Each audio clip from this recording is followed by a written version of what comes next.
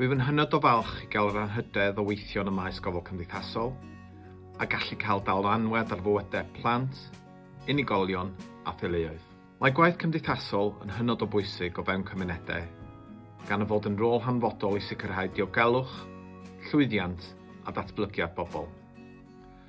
Mae gan bob person yr hawl i ffynnu, ac mae gweithwyr cymdeithasol yn cefnogi hynny i ddigwydd. Mae gwaith cymdeithasol yn llwyddo i gryfhau teuluoedd a phlant, mae o'n sicrhau bod unigolion gyda anabledd yn gallu cyfrannu ym mhob elfen o fywyd, ac mae o'n gallu helpu sicrhau gofal lle mae hynny ei angen, i bobl gallu byw y bywyd ym maent yn ei ddymuno. Y wobr o'r gwaith yma yw sicrhau gwahaniaeth bositif ym mywydau bobl, a galluogi ni i gyrraedd y canlyniadau rydym yn ei ddymuno. Does yr un diwrnod y mywyd gweithwyr cymdeithasol yr un fath a'r llall, gyda sialensau newydd yn codi'n barhaol.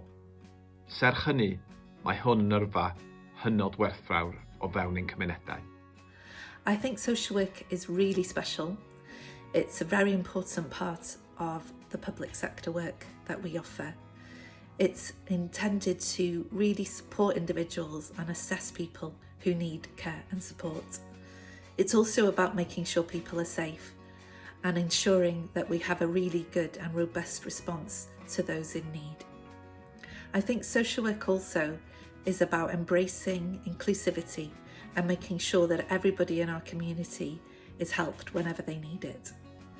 Social work is also a statutory role, and not a lot of people understand that we have powers to intervene and powers to protect, which are really important alongside our emergency services.